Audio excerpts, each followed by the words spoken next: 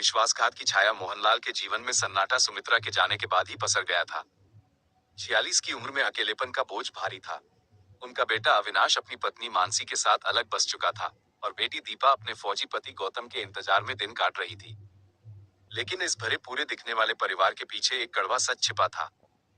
मानसी, जो अपनी खूबसूरती और शालीनता के लिए जानी जाती थी, अंदर से टूटी हुई थी। एक दिन जब मोहनलाल के पास मानसी का रोते हुए फोन आया, तो उनके पैरों तले जमीन खिसक गई।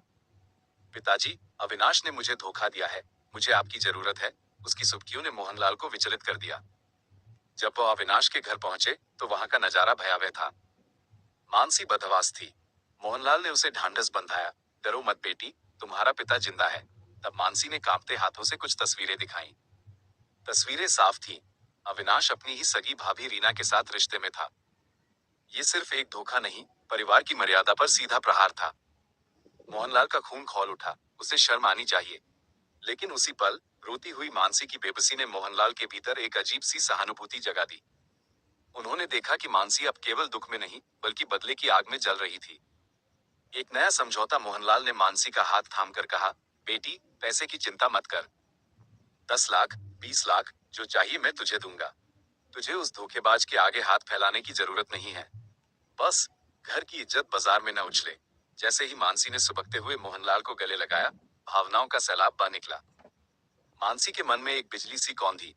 अविनाश ने मेरी गरिमा लूटी है, तो क्यों न मैं उसी के पिता को अपना हथियार बना लूं? अगर उसे पराई औरतों का शौक है, तो उसे एहसास होना चाहिए कि उसने क्या खोया है। मोहनलाल, जो अब तक केवल एक पिता की भूमिका में थे, मानसी की नजदीकी और उसकी योजनाबद्ध मुस्कान से प्रभावित होने लगे। मानसी ने मन ही मन तय कर लिया था कि वह मोहनलाल को अपनी उंगलियों पर नचाएगी। उसने मुस्कुराते हुए कहा, पिताजी, आप मेरी कितनी फिक्र करते हैं। अब मैं आपकी हर बात मानूंगी। मैं आपको खुद से दूर नहीं जाने दूंगी। मोहनलाल उसकी आंखों में छिपे इरादे को समझ रहे थे। उन्होंने हल्के से हंसते हुए कहा, बेटी, पैसा तो एक साधन है, लेकिन तुझे जिस सहारे की जरूरत है, वो केवल मैं दे सकता हूँ। मेरे बिना अब तेरा गुजारा मुश्किल होगा। मानसी ने अपने ससुर के मजबूत इरादों को देख लिया था। उसने तय किया कि वह इस घर की रानी बनकर रहेगी और अविनाश को उसके किए की सजा इसी तरह देगी, उसे उसके ही घर में बेगाना बनाकर। क्या आप इस कहानी के अगले भाग में अविनाश और रीना के बीच के टकराव को देखना चाहेंगे, या मानसी और मोहनलाल की इस नई साझेदारी को आगे बढ़ाना चाहेंगे?